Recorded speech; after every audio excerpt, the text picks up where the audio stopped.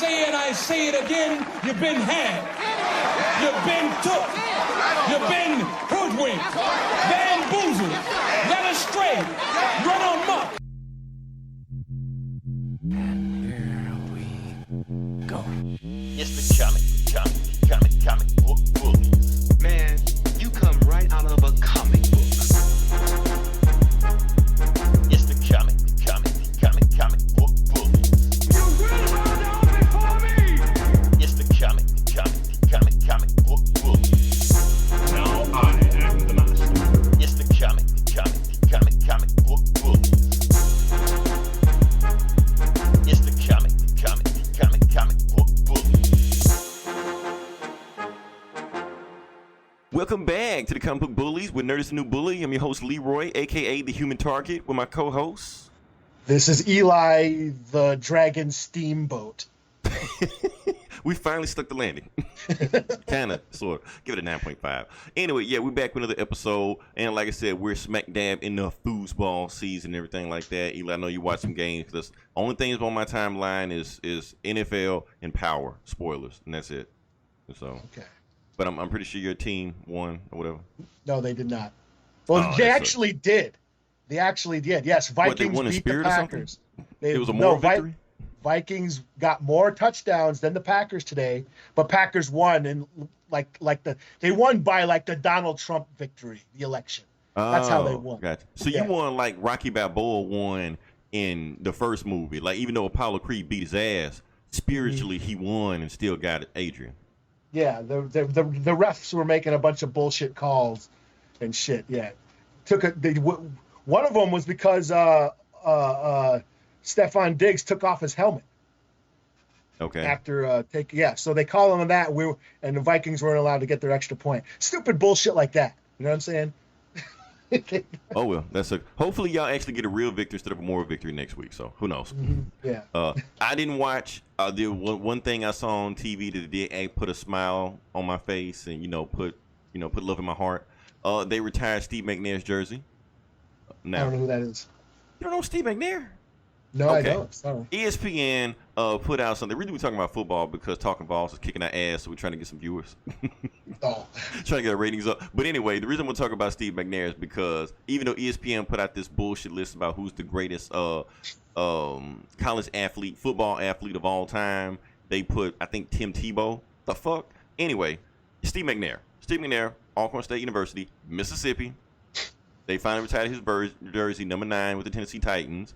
I saw him play at Alcorn. One of the reasons I went to Alcorn, he actually went to dinner, ate Thanksgiving in my grandma's house one year.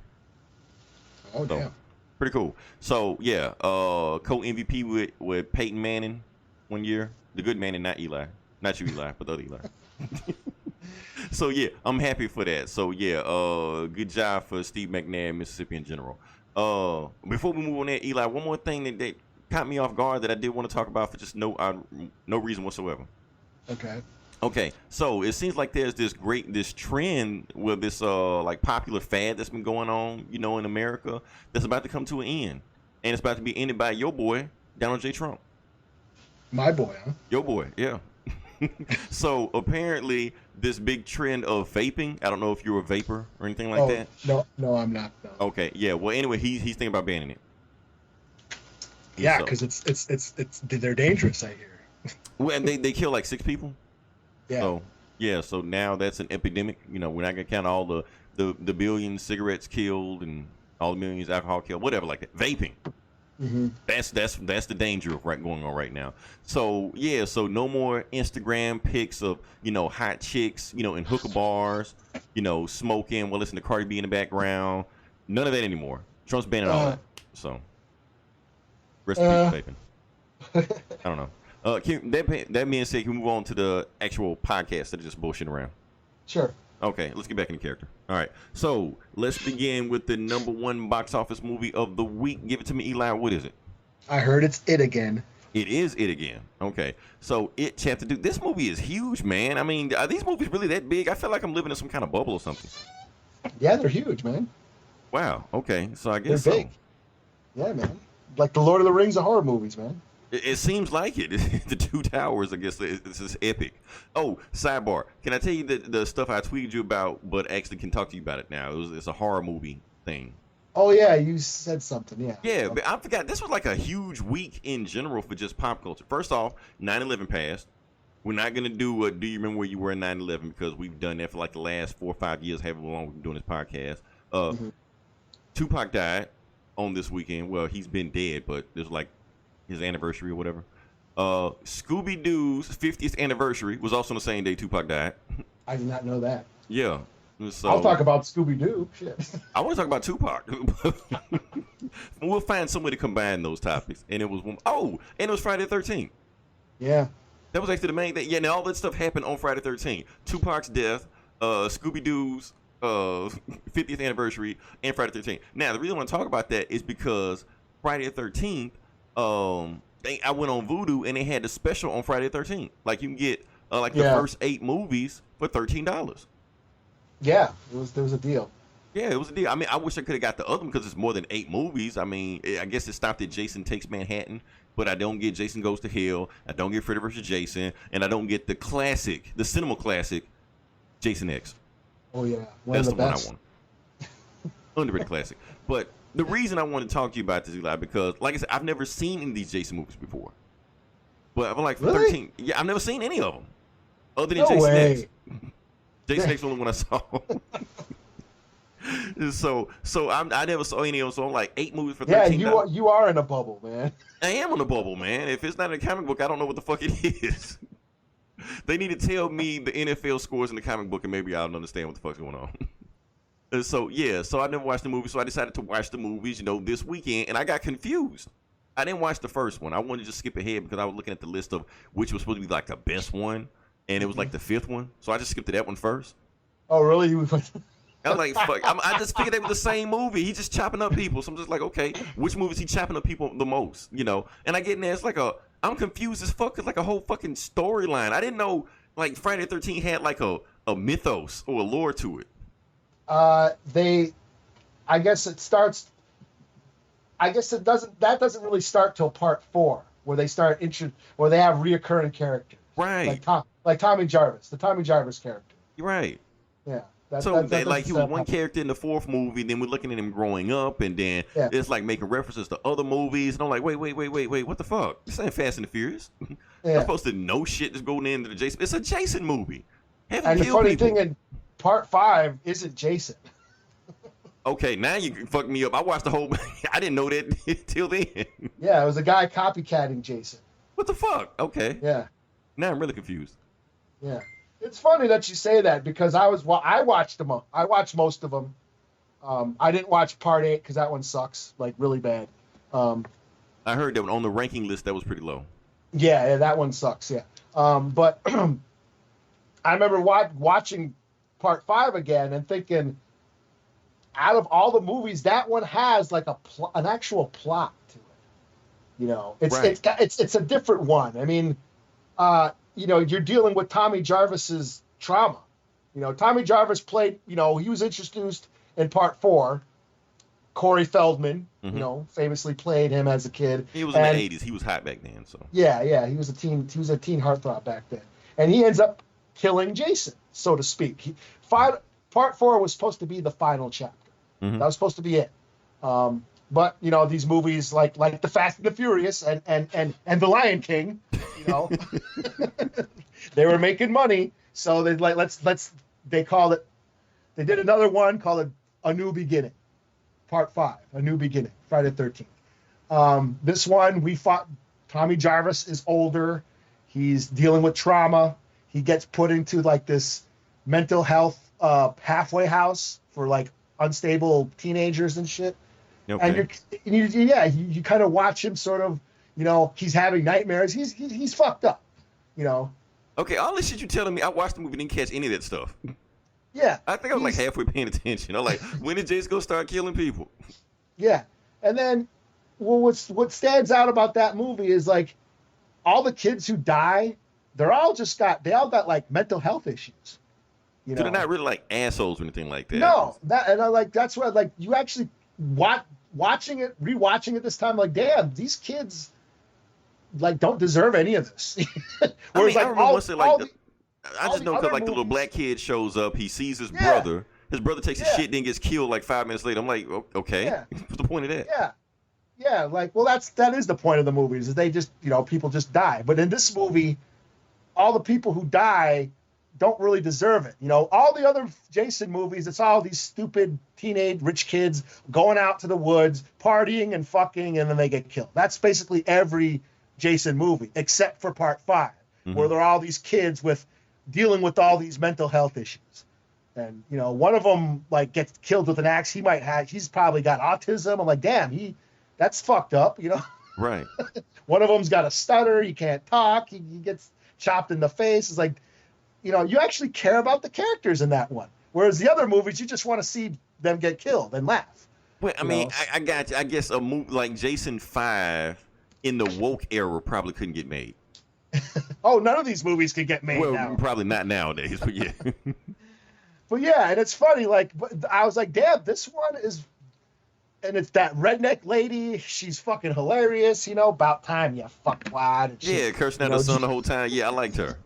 Yeah, she's funny as fuck, and but like it stands out. It's like it breaks up the monotony of when you're watching a marathon, and it's like the first movie, kids go to the woods, get killed. Second movie, kids go to the woods and get killed. Third movie, kids go to the. It's every movie. That's what it is. Kids go to the woods to get killed, except for this one. This one, they're just kids trying to better themselves. They're at this mental health facility trying to deal with their problems and shit. Okay, I was wondering because they always every list I saw made Friday 13th 5 like the Citizen Kane of Jason movies. I'm like, well, okay. that one it has the most kills in it. Okay. There's like I think the most people get killed in that one, but it isn't Jason who's killing. It's the father of one of the kids. Don't tell me, because I completely forgot who the guy is. So I'm gonna watch it again. Oh, you ain't gonna remember. I barely remember either. It's not like fucking, not like Who Shot JR, like, oh my God. You're like, oh, really? Okay. So it's not Jason. It's just not Jason. You don't give a shit who it is. Okay. But it's funny, like Reggie the Reckless. Yeah, Dudley from Different Strokes. Yeah. That's who Reggie the Reckless is. And he goes and sees his brother. His brother goes into the outhouse and is taking a shit. And I gotta say, his woman who's out there, ooh, babe, singing to him while he's on the shitter. Mm-hmm. Now she's got to be totally in love with him, or she's like ratchet as fuck. I mean, she singing a love song while he's taking a shit. That's a deeper kind of love that we don't understand. I guess I don't know. Yeah, get you a woman like that. Yo. Yeah, that will sing That's to a you while you're keeper. taking a shit. That's a keeper. That is the one relationship advice we give on Comic Book Bullies. That be said. Number two, okay, is Hustlers. Oh, the stripper movie. Huh? The stripper movie. Okay, but here's the thing. They're advertising as a stripper movie, but what I'm hearing is not really a stripper movie. So J-Lo don't get naked? That's what I'm hearing. No boobies. But they're saying it's more like a Wolf of Wall Street with strippers. If that makes any sense. I suppose. I guess. I don't know. That's what I'm hearing. They're saying the movie isn't what They're saying it's a true story and shit, or some shit like that. Well, you know how it is. Based on true story is loose. You got to put quotations on based. They're saying there was some kind of Wall Street Journal article or something, and they based the whole movie around that article. Oh, okay. Yeah, and it just said. I way too much. I know way too much about this movie than I. Okay, all you need to know is Cardi B's in it. That's all. Okay, number 3, Angel Has Fallen. What the fuck, man? This movie won't go away. Okay. Yeah, because it's got Morgan Freeman as the president, and people are like trying to fantasize right now. I guess the good old days. Number 4, Good Boys, still hanging in there. Yeah. Yep. Number 5, Lion King. Okay. Damn. Let's find out what the fuck's going on with Lion King. I'm hearing big things is happening with Lion King right now. Okay. The This movie shittiest right now movie is ever made, but everyone still pays to see it. the movie right now is at 1.6 million. It is currently the 7th highest grossing movie of all time. Yeah. This is what you fuckers did. You made Lion King this much money. Anyway, Fast and the Furious presents Hobbs and Shaw, number 6. Did we talk anything about Fast and Furious last week? If it's not, I want to talk about it this week. Something very brief. Okay. Now, the movie right now, Hobbs and Shaw, is at $740 million. So people saying that it's a flop and they're going to do money, Tyrese, no, it's made its money back. But an interesting fact that I'm looking at right now, so domestically, it did $168 million. And that's nothing. That's chump change. However, overseas, like we were talking about in China, stuff like that, it's made over $500 million, made over $500 million just overseas. So that's kind of like the appeal of these fast. If you want to know why these Fast and Furious movies keep getting made, even though you never see them and you probably checked out after the first movie, this is why they're popular overseas. They make them overseas. That's why most of the movies don't get filmed in America. Most of the settings are like in China or Samoa or Britain or whatever the fuck, So that's the thing. That's why these movies are popular, because as long as these movies are popular overseas, they're going to crank them out. You don't have to watch them. It doesn't matter. So what we got? Number 7, The Overcomer. Don't know what the fuck that is. Number 8. Yeah, we still don't know what that is, huh? Did you tell me? No, we don't. We don't know what okay. it is. I thought I feel bad for a second. Like, man, I told you this like the last 3 weeks and you still forget. I was like, yeah, what is that movie? And it keeps like, we don't know, and we think it's going to go away. It's not a Disney movie. Yeah. So, number 8, The Goldfinch. The new one. I don't know what the fuck that is. Oh, yeah. Your movie, Peanut Butter Jelly Time. Peanut Butter Falcon. That movie. That's cool. Yeah. And number 10, Dora and the City of Gold, which I think is a flop. I think that movie is a flop. Oh, yeah. It's a flop. Definitely is. Okay. No one gives a shit about Dora. I guess, you make a movie for kids, but you can't really make the movie for kids because the Dora is like old as shit in that movie. Yeah, I don't know why. What's the purpose of that? Yeah, it's like, who are you making this movie for? Like, that's the thing. When you make a movie for everybody, sometimes you make a movie for nobody. Well, yeah. It's like, the only people who would give a shit about Dora would be kids. Right. And you can say that, but how long has Dora been around? Has Dora been around like 20 years or some shit? A while. Well, my kid liked it. Likes Dora. So would they get nostalgia to go back to watch these movies? He actually did go and see it. My kid. Okay. And that's one thing I'm starting to notice, that nostalgia shit don't work. There's another movie, Power Rangers. People thought that people were going to go see Power Rangers because, Power Rangers been around for 20, 30 years, stuff like that. We're going to get, now that people are grown and adults, they're going to go back and see the movie. Didn't happen. Nobody gave a shit. How did Detective Pikachu do? Oh, I think that's like the highest grossing video game movie of all time. Oh. Well, it depends what it is, because I don't know. Because, nostalgia, right now, the 80s are big right now. I guess we're just in that era. Well, see, the thing is, with Detective Pikachu, that's different, because even though it's technically not nostalgia, even though Pokemon been around for a while, these little kids love Pokemon. Like, Pokemon is still grabbing in new audiences, where Power Rangers is kind of, came and went. And probably the same thing with Dora Explorer probably came and went. I don't know if they're still making Dora or not. I don't know, but maybe they're not. But with Pikachu, yeah, this is amazing, because, like I said, my nephew loves Pikachu. As a matter of fact, I actually saw it. The movie's actually pretty good. It's actually pretty good. And that's the thing. Like, if you want to, we can go ahead and put the stamp on it. It's probably I won't even say probably. It's the best video game movie ever made. Okay. Yeah, hands down, because it's not like Prince of Persia where it's kind of just adequate. Just doesn't piss people off. And Super Mario or whatever. Super Mario. And please, everybody, quit saying Mortal Kombat was a good movie. That movie fucking sucked. It was bad. You could say it was entertainingly bad, but it was still bad. That being said, I think we're done with the movie part. Can we move on to the next part of the podcast? Sure. Okay, this is the part I want to talk about. So, what other stuff I want to talk about too? Let's talk about your boy James Gunn. My boy, okay. Yeah. My boys. You defended him, so. So James Gunn actually made an announcement on his Instagram and Facebook and Twitter page a couple days ago. Actually listing the entire cast of his new movie, The Suicide Squad. That's what it's going to be called. Not Suicide Squad 2. Not, Suicide Squad 2.0. It's The Suicide Squad going to name the movie. And I'm going to name off some of the characters, actors. I'm not going to name off everybody, just kind of the main highlights. John Cena, Jai Courtney, who is Captain Boomerang. Nathan Fillion is coming back. Well, actually not coming back. He's never been in these movies before, but, we know who he is. Joel Kinnaman, who was Major Flag, Colonel Flags, whatever. Who else? Sean Gunn. Of course, he's going to be in it. Taika Waititi. Don't know who he's playing, but he's in it. Alice Braga. That's a weird choice, but she's in it. Peter Capaldi. Okay, the Doctor is in this movie. You can't say Doctor Who because you say Doctor Who, that means you're a filthy casual. You got to say the Doctor. Viola Davis, Amanda Waller. Okay, Idris Elba, not Deadshot. Don't know who he's playing, but I guess we'll wait and see. Some rumors going around saying he's Deathstroke. Margot Robbie, back as Harley Quinn. Michael Rooker's in the movie. They killed him off in Marvel, so why not? And the most interesting casting choice to me was Pete Davidson.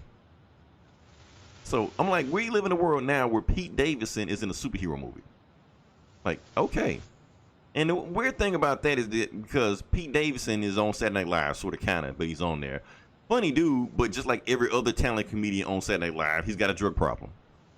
So hopefully, looks like it. Yeah, you looking at him and tell, like, maybe he's on his meds, off his meds, like that. So I'm interested to see what superhero character he's going to play in this movie. The funny thing about Pete Davidson?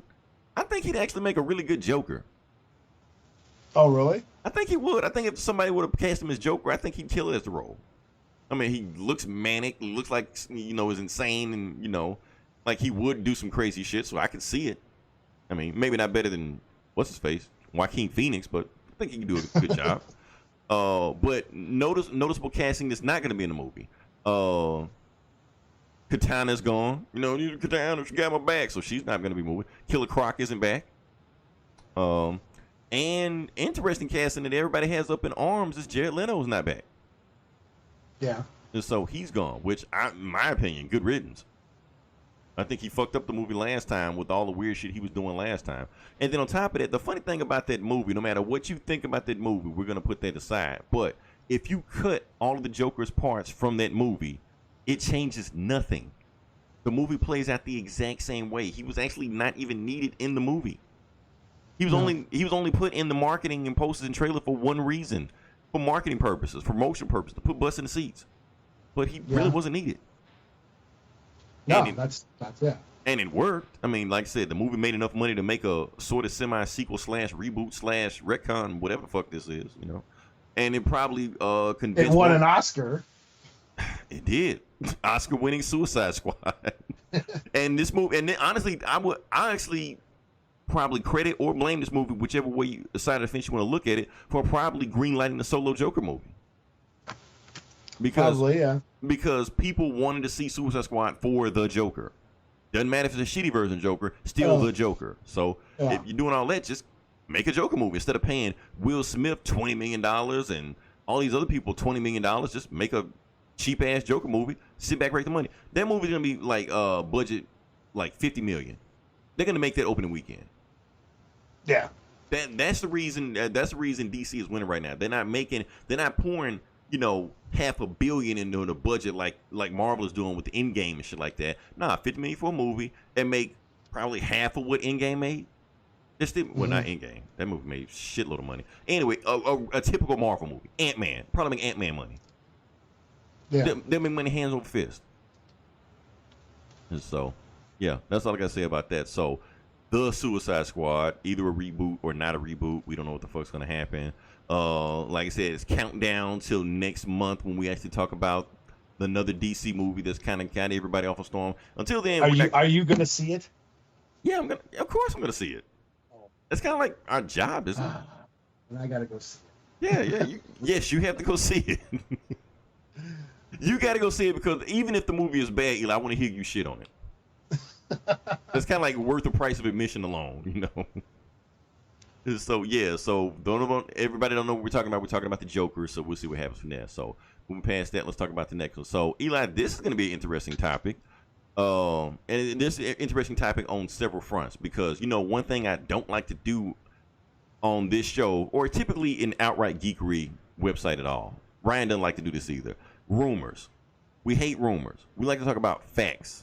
We like to talk about actual sources. We don't like to talk about speculation because anybody can pull anything out their ass and make it a clickbait.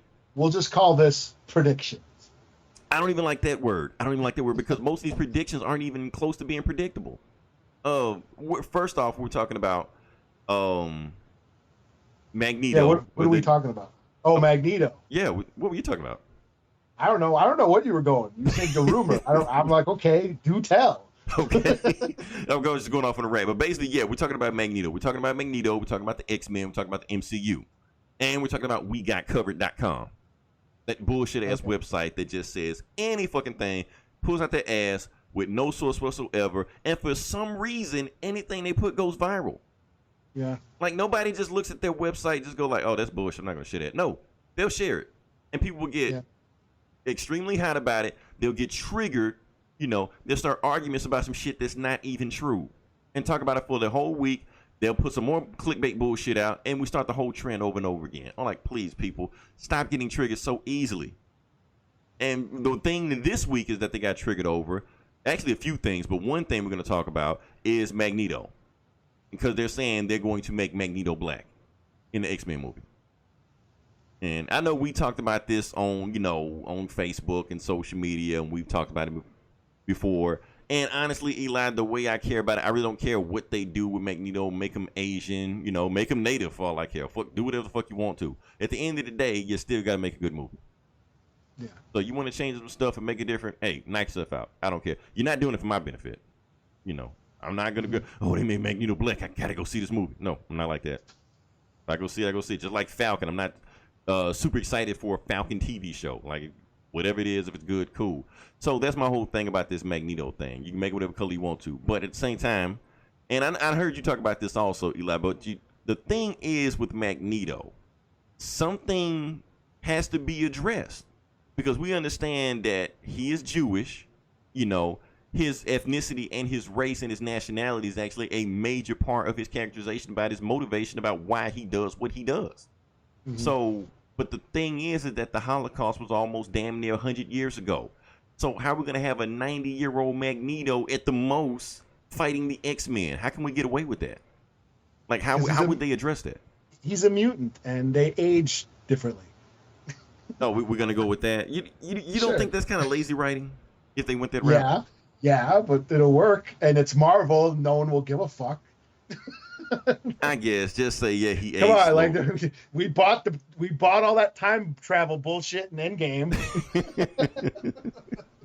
So you don't think maybe they should update it to make it relevant to whatever genocide is going on? That's a little bit early? They can, but I don't think they will. Yeah, they could choose from any of the number of Holocausts that still happen on this planet to this very day. Mm-hmm. But I don't think they will, because it's Disney. They're fluffy. They like it nice and breezy and shit. I mean, still having a villain that survived the Nazi death camp isn't all breezy either. Yeah, but you had the fucking that ties into that can tie right into they can have a Red Skull appearance if they do that. You know what I mean? Yeah. But I seriously doubt that they're gonna go into let's make him Asian and he was in the Vietnam War or the Killing Fields and Pol Pot or whatever. You know what I mean? He could be Asian, or he could be African and survive Rwanda or something like that, or any of those ethnic cleansing. I mean, geez, that's all they do is ethnic cleanse each other over there. What the fuck, man? Yeah, it's or the what do they call it? The shit in Albania, or you know what I mean? Mm-hmm. Or yeah, or make him if they still want to make him. They say he's got to be Jewish. They said no, whatever happens, got to be Jewish. Okay, make him Israel or something. Have him in Pakistan or something like that, in one of those wars, something like that. And he's like, okay, never again. Yeah, Because they saying, oh, he's got to be. You can't have a black Jewish. Like, yeah, you can. There are black Jews around, and I'm not just talking about Sammy Davis Jr. either. Or Drake or some shit like that. Like I said, that's what I was thinking. Like if they did decide to go that route, keep Magneto like a black Jew. And I'm like, oh damn, they can make him a Hebrew Israelite. Yeah, but like you said, it's Marvel. They're not gonna go that route. Yeah, now, and if they're just gonna make him black, and just he was, whatever, he grew up in the hood and all that shit, then that's gonna suck. I could kind of see it. I mean, we're talking about civil rights like that. He grew up in Alabama or Mississippi or some shit, Yeah. Some rednecks killed his whole family or something. Something, yeah. and something. But that feels lazy to me too. Well, okay, I agree with you. That's the thing, like the Nazi death camps with the Holocaust, that kind of holds up. So, I mean, maybe they can do time travel or age is slow. You know what they actually did in the comics? Because this same problem came in the comics also, and nobody ever realized how the comics handled it. So I'm sure it's time travel of some sort. It's so much worse. It's so much worse. Astral plane? I don't know. Even worse than that. Okay, so around in the 80s, they started to realize that Magneto, even that Nazi death camp, he was getting a little bit too old to be a formidable foe for the X-Men. So what happened was some all-powerful mutant came out of nowhere that was pissed off Magneto, turned into a baby. Boom. Oh. Yeah. So he was adopted by Moira McTaggart, who like raised him and fed him and shit like that, and somehow he got like some kind of growth hormone, something like that, and grew. But he didn't grow back to what he was before, like 80 years old and shit like that. No, he was like in his 20s or 30s, some shit like that. So he grew up to be that. So that's why he's still like, with an 8-pack and abs and a jawline, even though he's like in his 90s or some shit like that, because they turned him to a baby and they slowly aged him up. So he's like the same age as Quicksilver, even though Quicksilver hates him and calls him dad or shit like that. So that's how the comics explain it. Marvel's not going to do that. I know they're not going to go that route. Or he was in space and he ages differently in space or some shit. Some shit. It's whatever. Yeah. And then he was pissed off Moira McTaggart for fucking with his mind. And he tried to throw her into space and choke. Magneto's a fucking asshole. That's all you need to know. But they're not going to turn him to a baby and make him grow back up. And I don't know. Maybe they will just hand wave it and just say, he aged slower, he took some drugs, whatever like that. That's mutants, the thing. Yeah, and that's the thing about it, because Marvel has that sliding timeline where pretty much anything they do in the Marvel universe, they can go around it. Like they did it with Punisher, with the Vietnam War. Oh, we're just gonna change this because now in the comics they changed, and I talked about this last week when we did that Marvel Comics history thing. That the Vietnam War and the Korean War and all those wars over there, Marvel has changed it to just one war. Some bullshit war they made up called the Siet Kong War, the Siet Non War, some shit like that. And basically they can place that time anytime they feel like it. And anybody that fought in any of those wars just say they fought that. That's how they met. So Reed Richards and Thing, they met, the original comic and the original Stan Lee version, they met in the Korean War. So they changed it, because they'd make them like 100 years old, some shit like that. So they changed it to the Siet Non War, which probably took place like 5 years ago. Punisher fought in that war. James Rhodes was in that war. Anybody that was, was a war vet was in that war. Mandarin was in that war. They could just, it's convenient. They can just slide it wherever they want to go. Or they could just have it where Magneto he is a mutant, change the genocide to maybe something fictional. Now, I know they may not hold as much weight. Cause like I said, in the comics, they did that with Genosha. He made his own island in Africa, mutant utopia, went fucking anybody, and they got decimated, and everybody was mass murdered by some, giant robots. Maybe they didn't hold as much weight as a Nazi death camp, but you can still say, hey, never again. I'm not gonna do this shit again. So, yeah. I don't know. It's complicated. Anyway, like I said, it's all bullshit. They're probably not gonna do anything. Maybe they're probably gonna still be some old dude, and this will be a moot point. And next week they'll have somebody else race change to black. We got covered, and then we'll be on that shit. I think the week before that they said Rihanna was gonna be Poison Ivy. We got pissed off that shit. Week before that, Michael B. Jordan was Superman. Yeah. Half the internet's like, yes, we're woke, and and then the other half is like, oh, I'm so pissed off. Well, there's no more racism now because there's a black Superman. Even though none of this shit is happening. That's the thing. We're getting pissed off with shit that's not even happening. Yeah. That's the shit that gets me triggered. And we need to do more fact checking on these sites. Stop getting triggered and just stop sharing just bullshit that just comes out all the time. Now, with Marvel comes out, or Kevin Feige, walks on stage with Denzel Washington, says, yes, we're gonna get the guy that played Malcolm X to play Magneto, then we can get outraged. But until then, don't. Oh, and another thing, can we please stop giving Stan Lee credit for the Malcolm X and Martin Luther King, analogy with Magneto and Professor X? Because he didn't do that shit. Is that Claremont? Claremont did that shit. Chris Claremont did that shit. And that's the thing, there's too many people that's not in the comic books and just jumped on this train that think that Stan Lee did everything. Like he just sat in his mom's basement and just cranked out the Marvel Universe with a Sharpie and a ruler, you know, with no help whatsoever. Like, no, he didn't do all this shit. He may have got the ball rolling, but it's a lot of other people that did more effective shit with this. When you talk about the X-Men, this is Claremont's baby. He's the one that took off with this shit. All these classic stories, all these classic characters, that's him. You know, he's the one that made the Martin Luther King and Magneto, Malcolm X, you know, connection. And that's why a lot of people, and I think that's why this, you know, Black Magneto caught on, just because, okay, yeah, he is technically Malcolm X in the comics, you know, so do that in the movies, and I'm like, I don't know. A little bit too far-fetched, but hey, whatever. Let me see, can we move on past that? Sure. Oh, more outrage. Yeah, one more thing I want to talk about. Then we move on to the next part. Black Batman. Oh, yeah. We talk about that way too much on this show, but now it's all of a sudden it's a big deal now because they're saying, and this is another thing about this fake outrage we need to start getting on, because let's say, honestly, I believe that more than I believe Black Magneto. But the thing about the Black Batman, at the end of the day, what difference does it make? Because here's what's going to happen. It's going to be exactly like they did with James Gordon. He was Batman for a year, and he changed him back. And nobody remembers he was Batman. That's what's going to do with Black Batman. He's going to be Black Batman for like 6 months. Black Man, or whatever you want to call it. But for 6 months to a year, if that, Bruce Wayne's going to come back. It's going to be changed. Nobody will ever be, he'll never be mentioned again. He may be a Robin, or maybe get his own costume, Black Heart or Bat Heart or some shit like that. But other than that, he'll never be mentioned again. Or maybe he got killed off, one or the other. You know, because that's how this always goes. And it's not just with Batman, with pretty much every character. A character, they'll do some kind of quick, you know, promotional marketing shakeup. Oh, the all new, all different, blah, blah, blah. They do it, it don't sell, or it does sell for a little while. Sales slip, they change it back. This has been going on comics since like the last 50 years. But yet people still get triggered over this shit. Yeah.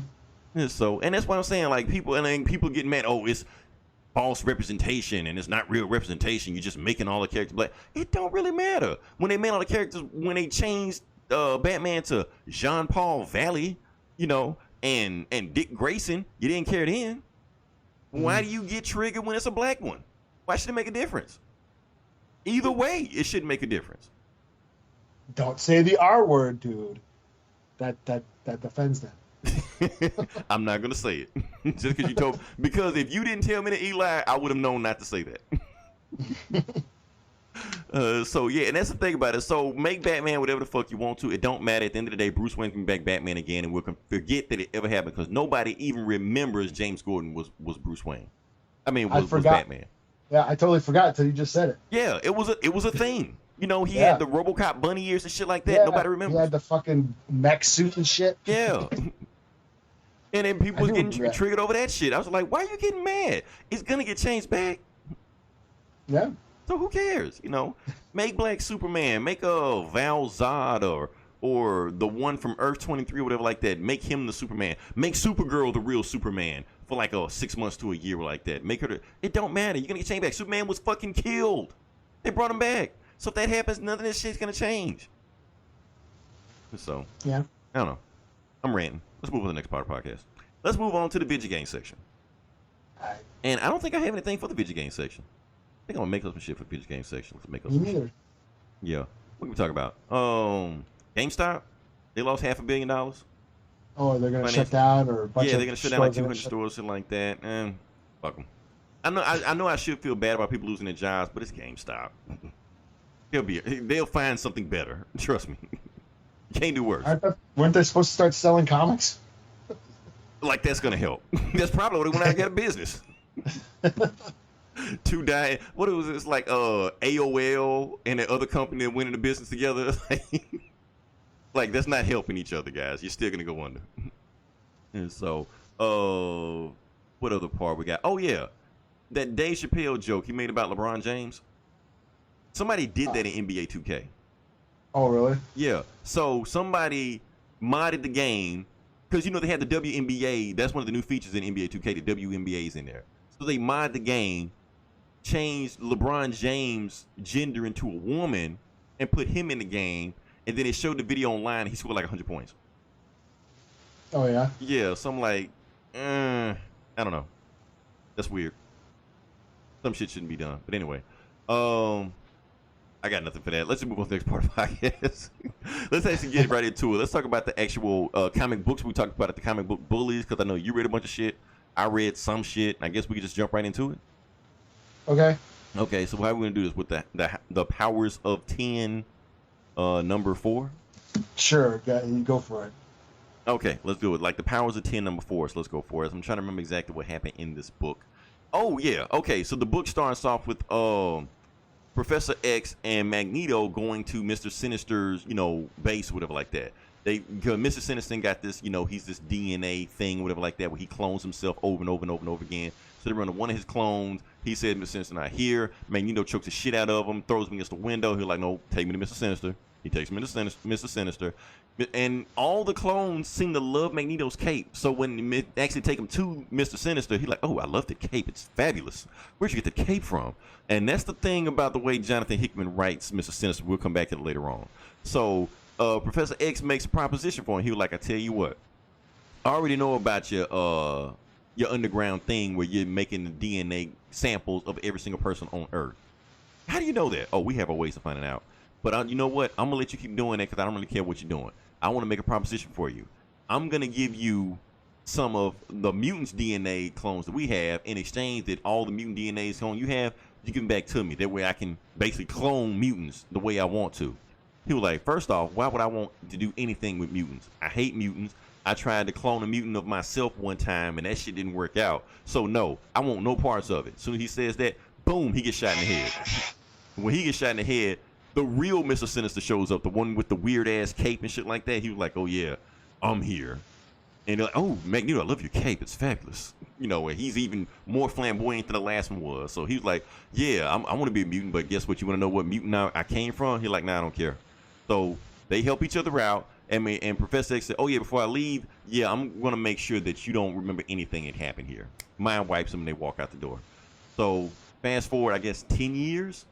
And Professor X brings Cypher to Krakoa, and they're basically showing how Cypher created the language for Krakoa, and Krakoa tells him the story about how he used to be 2 islands. No, he used to be 1 island, but it became 2 islands because Apocalypse tried to take over the island or some shit with the 4 horsemen, and then the 4 horsemen are going to come back.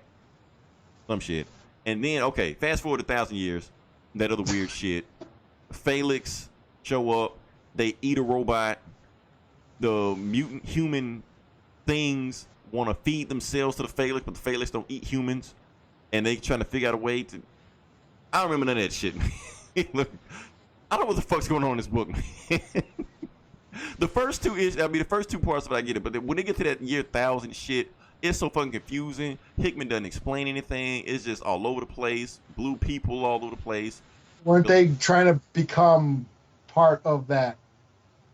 The phallic or whatever. Yeah, the Felix, whatever you want to call it. So yeah, they're still trying to do that, but the Felix, they're trying to upload. They're trying to upload their conscious or their. Yeah. Yeah, from what I remember is that the Felix doesn't upload like people or humans and anything like that. It only uploads it's their robots. Consciousness. Yeah. So what they're trying to do is upload their consciousness into the robots to trick the Felix into taking them. Oh, that's what they're doing. I think. I think that's what they're doing. I don't know for sure. Next year might come out. I might completely confused on this shit, but I think that's what they're trying to do. But overall, yeah, this is not the first time Hickman has written Mr. Sinister as what's the correct word? Politically correct word. Effeminate or flamboyant, however you want to call it. Because he wrote him the same exact way in Secret Wars. So like, oh, I didn't want to be boss. It's so trashy. It's so unbecoming, So you can tell he's got that C-3PO vibe to him. If that makes any sense, It's so yeah. I don't know. It's like it's. I don't know. When I think of a pussy when C3PO. Oh, Like, I'm trying not to say that. That's the thing. I'm trying to find every other word but that. But when I think of C3PO, I'm like, oh my god, oh shoo, oh no, just somebody whining and bitching all the time. Okay, can we say it? Fuck this. Nobody listens to this show anyway. Look, C-3PO is gay. Yeah, he's a probably. gay robot. Let's just say that he is. That's how they always portray him on the Star Wars show. And they portraying Mr. Sinister the same way. Not the same as Mr. Sinister, into it with his other clone, like he's got a clone boyfriend, anything like that. But he's coming off effeminate. He's coming off flamboyant. It's making him think like, oh, is Mr. Sinister gay? I don't know. It's. But is he like? But he's the villain though. See, I'm not scared of C-3PO. Right. But I'm not scared of Sinister either when he starts, talking like that. But I can see it, he's got the thigh-high boots and shit like that, and I'm like, damn, is Mr. Sinister gay? Like, maybe he is, but like I said, he's clone. It probably doesn't even matter anyway. So, because he can just asexually clone himself anyway. So, I don't know. But yeah, C-3PO is definitely gay. That's how George Lucas wrote him back then. Kick him in the 70s. What other stereotype could they base him off of? I guess he was supposed to be just a butler, but he just comes across as like neurotic and oh my god, That's how I always assumed C-3PO was. So yeah, it's just anybody haven't seen Star Wars, go back and watch it and put that mind frame into C-3PO as him being flamboyant and effeminate, and now, then here you we could have go. completely different. Okay, I'm gonna go deep. Okay. Now here we go for you comic books, yo. All right. I'm gonna go deep. Cherry Pop-Tart. What the hell is that? Okay, so that's how deep we are. Leroy don't even know what Cherry Pop-Tart is. Is that like some sex shit or something? Like, what the fuck is that? It's like a porn comic. They look like Archie comics. It's like almost like a parody of Archie comics, but it's Cherry Pop-Tart. She was just this blonde bimbo that just had sex all the time. It was a straight up porno comic, and they did parodies of like all kinds of shit. They did a Star Wars parody. Okay. And they changed their names, but they had a version of R2D2 and C-3PO, but that showed R2D2 fucking C-3PO. Wow. Yeah, and like he's so R2D2 was the like, butch in the relationship. Yeah, he's like, oh R2, oh. What the And he was fuck, all man? bent. He was all bent over and shit. It was hilarious. I mean, this was a long time ago. I'm sure it don't fly now, but Yeah, I'm sure this is when the Comics Code never heard of this book. oh no, yeah, it wasn't code approved. I'm sure. Okay, But yeah, I had a bunch. I had the Cherry in 3D. I had the 3D one, and they did like I said, parodies of horror movies. There was a parody of The Godfather, and there was, and it was all just this chick. She just had sex all the time. It was a porn. just different parodies and stuff like that. But they looked like Archie comics, like the old school Archie comics. That's how they were drawn. Wow. Okay. Yeah, that sounds disturbing on so many levels. But like I said, I knew if I spoke in existence, it's Rule 34. If you speak in existence, there's a porn version of it somewhere. Well, yeah. Hey, we used to make fun of C-3PO for being gay. But you can't do that nowadays. Can't make fun of him no more. You can't. And that's the thing I wonder, like, will C-3PO, like, acknowledge his sexuality in the new movie or something like that? Because now you can't make fun of it like you used Well, he's to. a fucking robot. I don't think he has. Well, at least in that universe, I don't think Vision he has is banging Elizabeth Olsen. You can do anything in these movies nowadays. Yeah, but I think his function. I don't think he has a sexual function. So he's asexual. Does. Maybe maybe his Don't arms. ask, don't tell. Maybe his arms can transform. Maybe his red arm transforms into something. Yeah. They just selling sex bots just around it. Okay, look, as deep as you are in Star Wars, I know they have sex bots in those books somewhere. I'm maybe, I don't know. I can't recall off the top of my head of any Like pleasure droids or anything like pleasure that. droids or They something gotta like that. have something like that. I'm sure, but I Google it, man. I'm Sex scared droid. to. Sex droid. Should I Google it? Fuck it. Don't Google it. You're gonna fuck around and catch a virus on your computer. Yeah. That's our tech tip of the day. Oh yeah. This book I'm gonna give it a 3. The House of X books are good. The Powers of X books, when it gets to the 1,000, it's too fucking confused. I'm like, what the hell, man? So yeah, just give me. Oh shit. Sex droid Wikipedia. It popped up. So they do have them. What do they look like? I'm waiting for it to load it. What does it look like? I'm curious now. Just like Cardi B, yo. Oh, so it's mentioned in a book called Planet of Twilight. So this is canon, I guess, or maybe old canon. Sex droids were a type of droid that was presumably used for recreational sexual activity. You know what's so fucked up that I just knew somebody wrote that in a Star Wars canon somewhere? Planet of Twilight. What is that? It's an old Barbara, and there's a woman who wrote it, Barbara Hamley. I think she wrote the courtship of Leia. I think that was that where Han and Leia had got married and had the twins or whatever. I think that might have been her. Wow. So 97. This is of course it's the old legends. It's no longer canon, but right before Disney, yeah. Yeah. I knew it exists. Rule 34 will never steer you wrong. There's no pictures though. What the hell? I want to see what they look like. This. Should I just Google images? Don't do it, because you're gonna be. I'm not buying you a new computer. I don't know. Han Solo movie to introduce. Oh, that's just talking about what was that K2? What was that droid in the Solo movie? That fucking what's his name? Oh yeah, no, that was the girl robot. The girl robot. Yeah, that might have was banging Lando or whatever. Yeah, I can't remember her name, whatever like K2 that. K2 or something? Was it K2 something? I can't remember. Probably something, but yeah. Yeah, that flew right overhead. Your Lando was banging a robot. L3 or something. Yeah, K2 was Rogue One, wasn't it? Yeah, but that's the thing. Lando was banging a robot. So if Lando was banging a robot, obviously they had pleasure droids in the Star Wars universe somewhere. Yeah, They're banging robots. And that droid didn't want to commit. Right, like the robot wanted to commit, the Lando didn't, because Orlando did, the robot didn't. Remember? It was vice versa. The robot was like, yeah, we got a complicated relationship.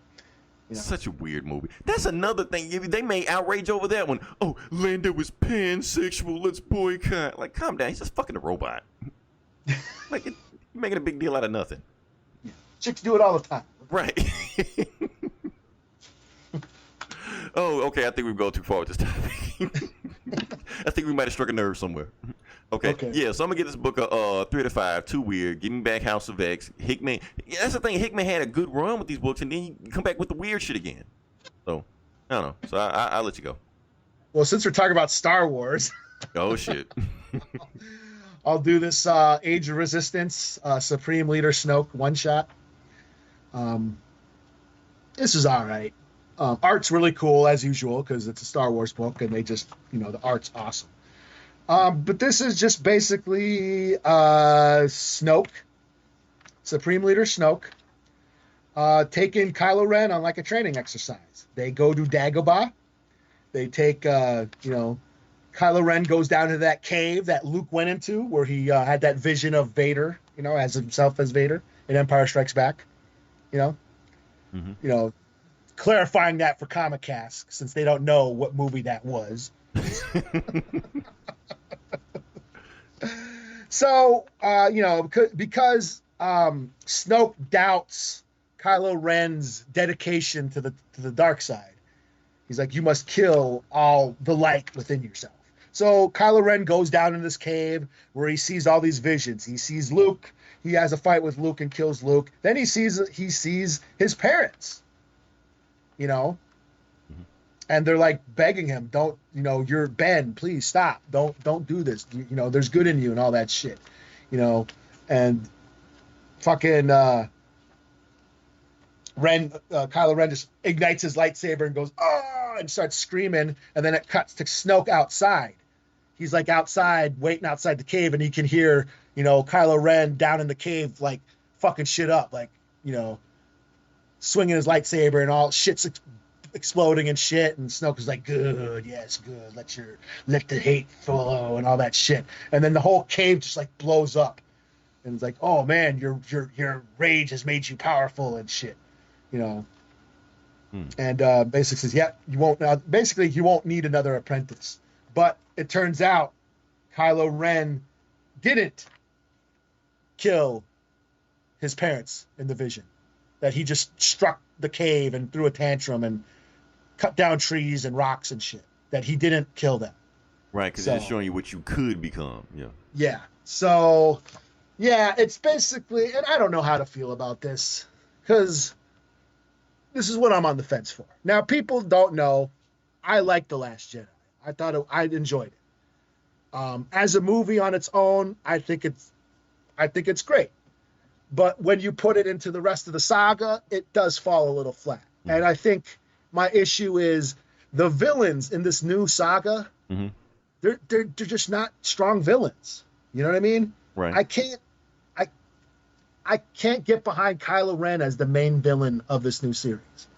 You know, he keeps flip-flopping back and forth. You know, they keep teasing this maybe love story with him and Rey and all that shit. And trying to make him this complicated villain, but how you gonna be a complicated villain when you kill Han Solo? Yeah, I was like, he can't be redeemed. Right. He's an asshole. I've been like, fuck this kid ever since he killed Han Solo. And try to kill his mother. So they keep saying, oh, there's good in him, and Rey's thinking he's gonna turn back from, turn good and all that shit. I'm like, no, man. And if they do that, then it's just a weak villain. That's the thing is, they don't have that cool villain. Like Vader was the cool villain in the original trilogy. Mm-hmm. But at the same time, I don't think they were trying to make, Kylo Ren cool. I think they were trying to make him a fanboy. Yeah, and it just ain't working. And that's the thing with the prequels. They're the same shit. They kept introducing these cool villains, and they kill, like Darth Maul, dead in the first movie. Then they bring, Count Dooku. He dies in the second or the third. Anakin kills him in the beginning of the third movie. Right, chops his hand off, and then Grievous doesn't do shit. It's like they keep introducing villains, but they don't do anything with them, and that's what I feel like they're doing here. And then and just reading this, I'm like, are they just trying to like? Maybe Kylo Ren isn't all bad, maybe he can be redeemed and all that shit, but then that's just a weak villain, and they already killed Snoke, so. But Snoke didn't even do shit. Like, you can't say he was a cool villain because he just sat in his chair like Hugh Hefner all day. Yeah, he didn't really do anything. And so, and here it's just not, there's nothing in this book that's really showing us who he is or what he can do. He's just another Palpatine is basically what he is. And that's the thing. Like, why should we care anything about Snoke? Like, why should people get mad whether he got killed or not anyway? He didn't do shit. Yeah, he doesn't. And as far as like Kylo Ren being the main villain, he's just not that. He's not as strong as a villain as like as we've seen, or like Vader. It all comes back to Vader. Nobody's been a cool villain like Vader. I was in the original trilogy. Right. And, they keep saying it. Oh, you're not as good as Vader. You're not as cool as Vader. But just because you say that doesn't give you a pass. Yeah. Just because you see what we see also doesn't give you a pass. Yeah, and they even address that in there because he's trying to put on his helmet and he's like, "No, you will never be as powerful as Vader ever was." Shit. But other than that, it was a 3 out of 5. I mean, the art's cool, but there's nothing. It doesn't really expand on anything. Of course, they're not going. It's not. You can't spoil anything for the next movie, so they're not going to reveal anything cool. So it's just filler. It's just So okay, all right. So no sex droid. Sorry. See, that would have gave the book another point. Yeah, no shit. He already just like Hugh Hefner. Why not? Yeah, just fucking Snoke sitting in a harem with all these fucking sex droids and shit. Right. Oh yeah. All right. So book I'm gonna do next is Event Leviathan, number 4, I think. Okay. Yeah, number 4. Okay. So the book opens up with Superman and Batman with all his detective friends are sitting in the Batcave, and Superman just all shook up, like his X-ray vision is all fucked up. He's trying to see people, but he can't because he's trying to get his vision back. And everybody's quiet, but then all of a sudden Damien just comes out of nowhere and just says, "All right, Superman, tell me how Leviathan kicked your ass." Never like, wait, what? You can't talk to Superman that way. And Batman's like, Damien, talked about this, And then Superman's like, before I tell the story, I'm gonna need everybody to leave the room except for Batman and Miss Lane. And Green Lantern's like, not Green Lantern, Green Arrow. Green Arrow's like, what? You kicking me out? I'm a member of the Justice League also, right? You're like, Ollie, we'll talk to you later. So everybody leaves. Nobody's in the room except Batman and Lois Lane. And Batman's like, well, tell me what happened. So Superman tells the story what happened. He was in Cuba trying to rescue Amanda Waller from Leviathan. He sees Leviathan face to face. He tries to use his X-ray vision on Leviathan, but it doesn't work on him. And Leviathan hypnotized some kind of way. Leviathan uses his his teleporting technique, and Superman tries to light speed behind them, but something throws him back and fucks him up. So that's why he's all discombobulated, don't know what the hell's going on. So Superman's like, I apologize. I should go in the next room and tell everybody I apologize for kicking them out the room. And Batman's not allowed. Fuck them. I don't trust anybody in that room. Like, Batman, your son's in the next room. I'm like, so? I don't care. So they go back up there. They talk to everybody. They try to have this little powwow. He's talking about what, who is Leviathan, comparing notes, what to do. And then Batman just busts out all of a sudden. Oh, she think I wouldn't notice, huh? And Superman's like, don't worry about it.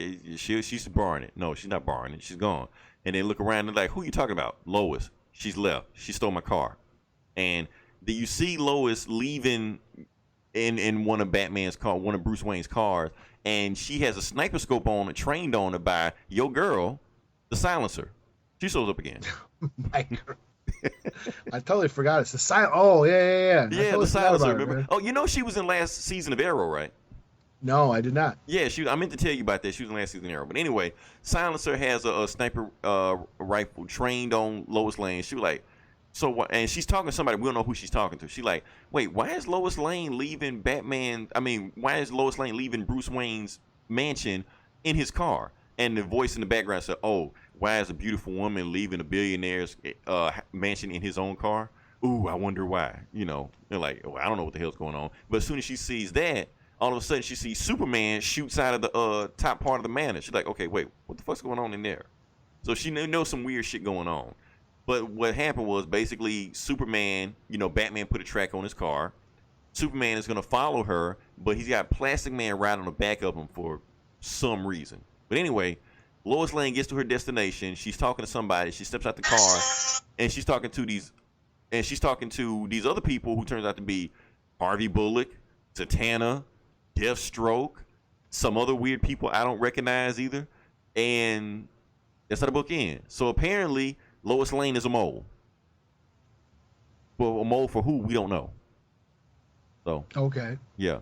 So still, it's a whole bunch of other Bendis shit that happened in this book. I'm not going to talk about it. One weird thing that catch my attention, that Robin told a story about his ex-Special Forces nanny, but he kept saying in name in past tense. We know he's talking about Alfred, but he kept talking about Alfred in past tense. So it makes you think, Eli, is that going to stick? Or what they're doing is going to stick with the deal with Alfred? Maybe. Maybe. Who knows? Or at least for a little while. We'll see how it I don't know. I read that Gotham City Monsters, and I don't know who the fuck anybody was, but I think they're referring to when Bane ruled the city and all this shit. And so, who knows? Maybe. I don't know. Maybe some shit's going to stick. I don't know. But yeah, that's the thing with this book. This Leviathan shit is just dragging and dragging and dragging. It's supposed to be somebody. Everybody been suspecting Lois Lane for the longest anyway, but who knows what's going on. I'm just ready for this shit to end. I'm liking the story, but just get to the end. Tell me who Leviathan is so we can get to the next storyline, whatever the fuck's supposed to be going on. But yeah, bit 5. Move on. All right. Well, back to Marvel. I guess I'll do Venom 18, number 18. Absolute, okay. Another Absolute I started to Carnage. pick that one up, but I figured you would. So yeah, another Absolute Carnage tie-in.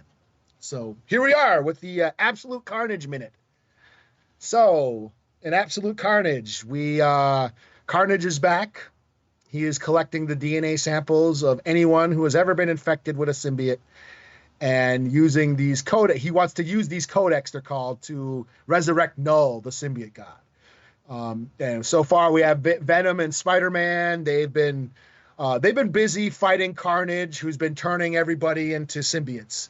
And so while Venom and Spidey are fighting like Carnage and his symbiote horde, we have that's going on in the main story. We have this little side story in Venom where Dylan, who happens to be Eddie Brock's son but doesn't know it, and Norman Osborn's grandson, they're hiding out in the lab with the Maker. And the Maker has built a machine that will extract all the symbiotes out of the infected, the hosts, So the last issue, the lab got attacked by a bunch of symbiotes, and the Maker started fighting them. The kids tried to hide in like a closet, but then the door broke down, right about to die, but then the Sleeper showed up, who's another symbiote. I never heard of this guy, so. Me neither. I saw him in Yeah. the previews, but I don't know who he is. Yeah. So Sleeper tells Dylan that he's here to help, that, that wants to aid Venom, in the fight against Null, because he knows what Null is, and he's like, no, we're not going to let that motherfucker take over the universe. So he wants to help, but the Maker shows up, and the Maker fucked up all the symbiotes, and then he fucks up Sleeper. Oh wow. Because he didn't know if he was a good guy, bad guy, I guess. Yeah, he's like, what are you doing? And he puts them all the symbiotes are all in these containment units and shit. And Dylan's like, hey, what the hell? He was supposed to help us. He says, you can't trust the symbiote. Don't trust these motherfuckers. He goes, okay, we need to remove that codex out of Normie's grandson. And they're like, no, that thing's gonna kill him. He's like, oh, and either way, we can't. We need to remove it. This needs to happen. Logic. Maker's all about logic. So Dylan is basically runs off, and they're like, okay, we can't let the Maker put Normie's grandson in that machine. So he ends up opening up the containment units, unleashes the symbiotes, and sort of cause a diversion so they can escape. So the Maker's like, oh shit, I gotta fight these symbiotes again. And they're like, okay, cool. The kids are trying to get away, but then the symbiotes attack the Maker and infect him. So last page is the Maker is infected with 5, 6, 7 symbiotes. He's a host now. So the symbiotes got the Maker now, and that's kind of where it ends. Oh shit, the Maker infected Maker. Oh damn, that's not good. Yeah. Okay. So, so this is cool. This is the only tie-in that I've read. I mean, I already read Venom, but this was an Absolute Carnage tie-in. I'm not reading the other books, the other tie-ins, because I don't really care. I don't care about Deadpool versus Venom or Carnage or, Ghost Rider versus the symbiotes or whatever that shit. That shit's just filler. I don't care about that. But this Venom book, it's actually relating it's to written the by story. Donny Cates, so It's Donny Cates, yeah. Right. So this is a direct, this actually ties into the story directly. While Eddie and Spider-Man are fighting Carnage and the Absolute Carnage in the main story, this is what's going on with his son and the Maker and stuff. So this is pretty cool. So it's more than just filler. So I give it a 4 out of 5. So cool. so Okay. there's our Absolute Carnage minute. How highest book we rated so far. So, all right. So I know you read a bunch of Batman books. You want me to do 78? Sure. Yeah. Okay. I know you read both of them, but I do 78. Okay. So this is Batman 78.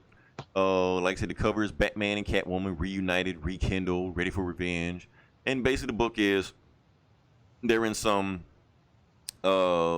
sweet Halloween. And first the book starts off with the very first meeting, between Batman and Catwoman back in Batman #1 in 1939, whatever the fuck ever like that. It's been that.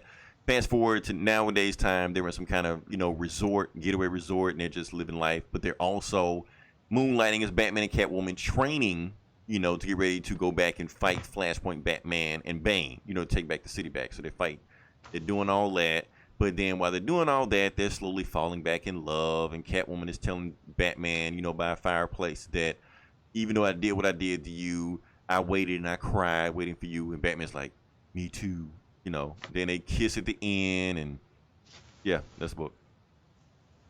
Yeah, who cares? Yeah, I mean, that's pretty much what happened. It's really I was like, really? This again? That's what I was like. That's when I started realizing that Batman and Catwoman are turning into a toxic relationship.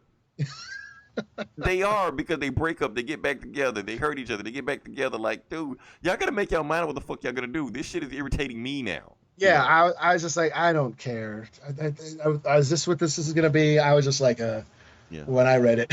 I did like one little thing about how Catwoman did say she had a dream about they got married and had a daughter, which is basically the Earth 2 version of the pre-crisis version of Batman and Catwoman. They got married and Huntress and blah, blah, whatever the fuck. So I thought it was a nice little Easter egg. But for the most part, this issue was filler. How you gonna get Alfred killed and then have them just on some kind of weekend getaway? Yeah. Like, yeah, I don't know. Tone shift. Do something. Yeah. Like, they didn't even cut back to what might have happened on it. It was just them just doing bullshit. Yeah, it was just them. I mean, I've seen this already. And they're trying to deal with the aftermath of the wedding, where she left him at the altar or didn't even show up. Right. And broke his heart and all that shit. And it's like, who cares? I don't care. Right. We get it, and that's what Tom King is doing. He basically turned Batman to a rom-com. So Yeah. I guess. Well, but without the calm, there's no calm. There's nothing funny. Well, that's true too. It's just a lame love story. This one, I was like, yeah. I was just like, really? Okay. Oh yeah. I'll give it 3 out of 5. I'm gonna give it I'm gonna give it 3.5 out of 5. I'm gonna give it a 3 out of 5 only because the artist was pretty good. Oh yeah. That's the only reason. What for that, it'd be less than that. So. Who was on it? Daniels? Who's on it? No, it's Clay Mann, the guy that was doing Heroes in Crisis. Oh, okay. Oh, Daniels did the cover. Mm-hmm. Yeah. Well, did you read Silver Surfer? A little bit of it, not the whole thing. Okay. Well, Yeah, I'll let you review that. So, you want me to do this? Whew, okay. Yeah, because I didn't do it. Okay, Silver Surfer Black, number 4, Donny Cates, y'all. So basically what's going on is Silver Surfer got sucked through the black hole, got transported like way back, billions and billions of years, back into the past to the dawn of the fucking universe, where he encountered Null, the symbiote god. He got infected by Null, so his arm is all infected with the darkness, and he no longer has his cosmic power. And so he tried to get away, from Null. He flew halfway across the universe and then found Ego, the living planet, when he was just a baby. When he was just a baby planet. But Ego was infected. And it's like, okay, I need your help, so I'll go and cure your sickness if you help me. And Ego's like, okay. So last issue, Silver Surfer went to Ego's planet core and found the life bringer or whatever, the little incubator that is holding baby Galactus. So that's where last issue ends. This one picks up where, he wants to destroy the incubator because he knows what Galactus does. He's like, I know Galactus is going to kill thousands of planets and kill millions of people. I can't let this happen. So he's looking to destroy the incubator. But then Uatu, the Watcher, shows up. Oh shit! Okay. And he's like, "Yo, I was gonna say he's dead, but I forgot. This is the beginning of the universe. This is at the beginning of time." Yeah. So Uatu's like, "Yo, I can't let you do that. I'm here to stop you." He's like, "You're the Watcher. You can't do shit. You're supposed to watch." Your power is to watch. Yeah, but you can't do shit. He's like, "No. On the contrary, the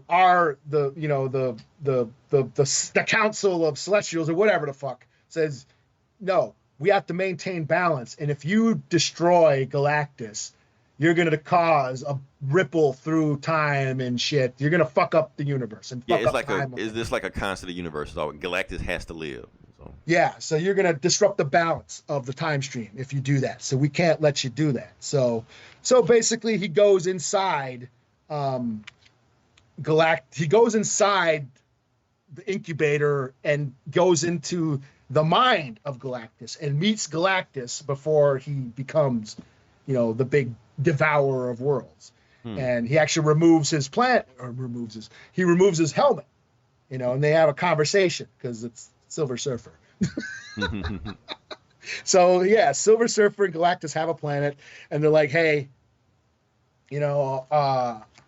I was going to kill you, but because you destroy worlds and shit. And he's like, really? I can't believe I do that shit. But I can't, I'm not supposed to kill you because it's going to cause disruption. He's like, why are you just trying to destroy me? He says, because I need to get your power.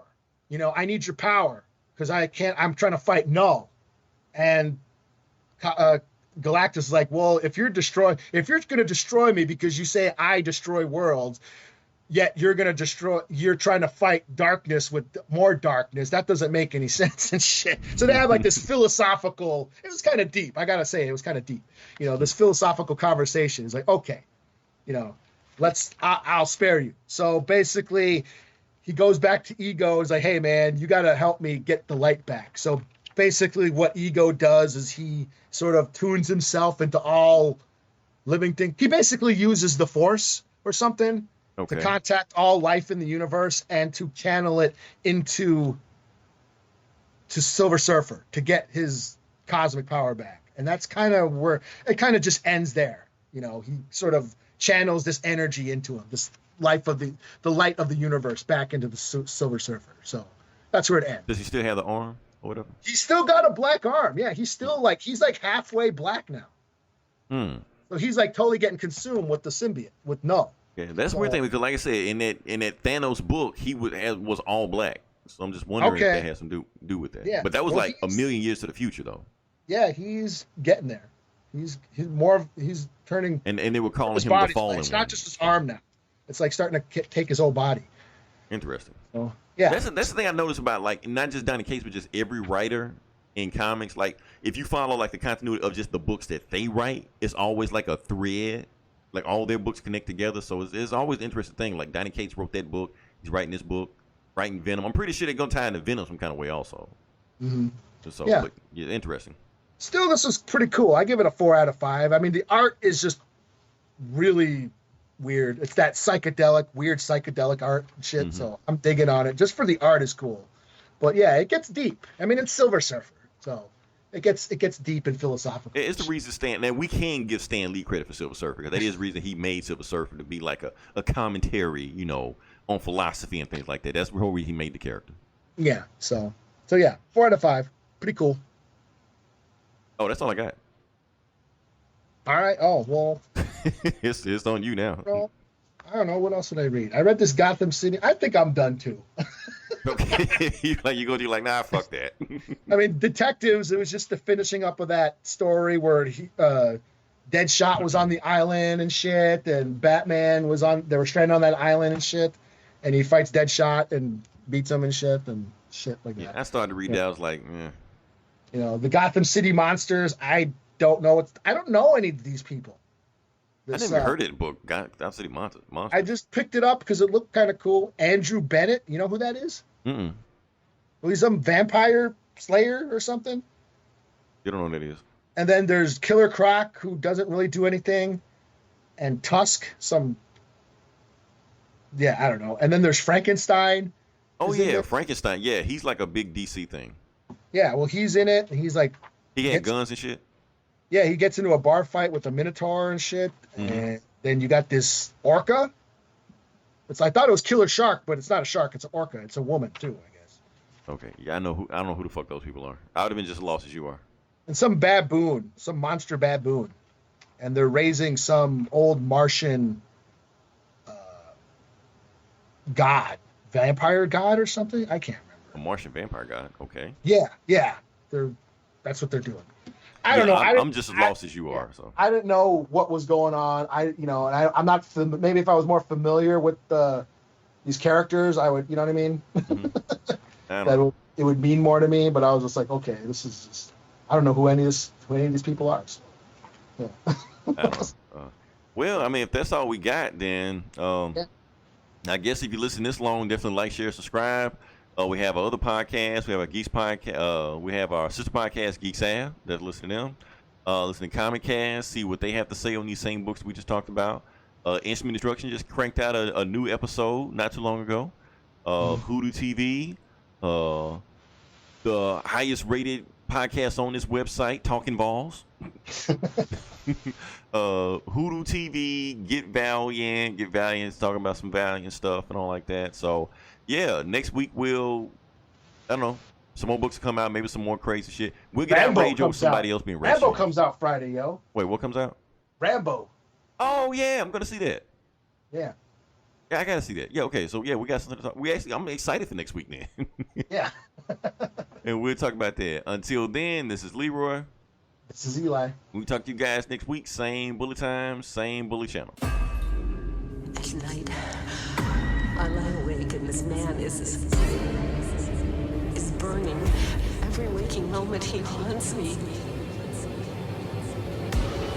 He's coming. I know he's coming.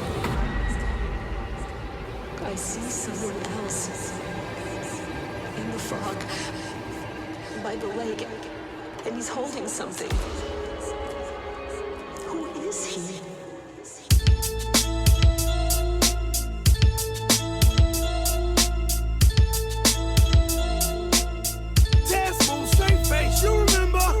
Yeah, it's getting spooky out here. Nino Browns done turned Pookie out here. No cool niggas, it's just goofies out here. I mean niggas is eating pork wearing koofies out here. Through it all, stood tall, doofy out here. 10 toes down, I'm on 2 feet out here. Truthfully out here, I'll be truthfully out here. Getting fly, no bullshit, I'm the 2-3 out here. From Jordans you ain't see, shout out to Carolina. To all baby me's, I see all you Harrimanas. Mixtape 3 peats, I fade away at the go-go. With girls that'll spread their legs open for a logo. Hey, check out the swag, yo, I walk like a ball player. To the locker room, I'm back to cockatoon. Toast to all you niggas that was talking cockatoon. We on a different flow, we ain't sending vodka to 'em. The shots that we giving make you send a doctor to 'em. Betty say when it block a tomb. Now he in an awkward room trying to lock a goon. Like the shooter had a hood on, might have been Dr. Doom. Sounded like a 5th or a 9, couldn't tell-o. All of a sudden thunder, it might have been Hoodie Mellow. You saw if it's putting jello, would come to your hood and hello. Waving at everybody, ain't trying to be putting jello. All I know is that the Lambo look good in yellow. And I be swerving potholes in every hood and ghetto. Lame nigga, swerve, I lame nigga swerve. It's been 10 years and you the same nigga swerve. I just gotta keep on keeping on, but I'm not gonna be the one you keep on sleeping on. This verse right here be your worst nightmare. I just laugh at you niggas, then come after you niggas, Freddy.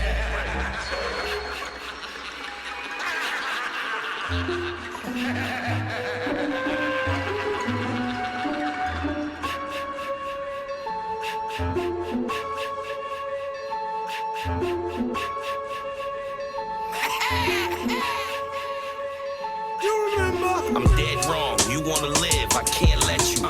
You at full speed, I'm walking, I still catch you. Mr. Voorhees, good looking, I destroy these. These niggas ain't bosses, they workers and employees. I came out of the lake, but I be in the boondocks. Flannel or overall, work boots, tube socks. I put something right through your face from out the toolbox. Niggas get hot and make the news, I make the news hot. You can be as hard as whoever, I crack craniums. You know all my killings are brutal and spontaneous. I like this, pop out soon as you hit the light switch. Running, then all of a sudden you fall like the white chicks. Might have to crush your Adam's apple with the vice grips. You never see me during the day, I play the night shift. Cartilage, flesh and bone, damn gristle. Be my guest, go ahead and hide, I can't miss you. You already know I reside at Camp Crystal. Lake, dismantle your face, revamp tissue. Power from the hockey mask, James St. Patrick. 3 bodies in one night, that's a hat trick. Pay the plug soon as you finish, that's a backflip. Spend 6, make 12 back, that's a crack flip. Sad part about it, you boys ain't even ready. Preferably my weapon of choice is the machete. Screaming at the top of your lungs before I mangle you. Zip you up in your sleeping bag before I strangle you. Yeah, I had it in me since a youngin'. When you hear that, you don't see me but I'm coming. Everybody gotta die, every man, every woman. It ain't even no sense in running. My name ring around the nation. How the crime scene was left, they could tell that it was Jason.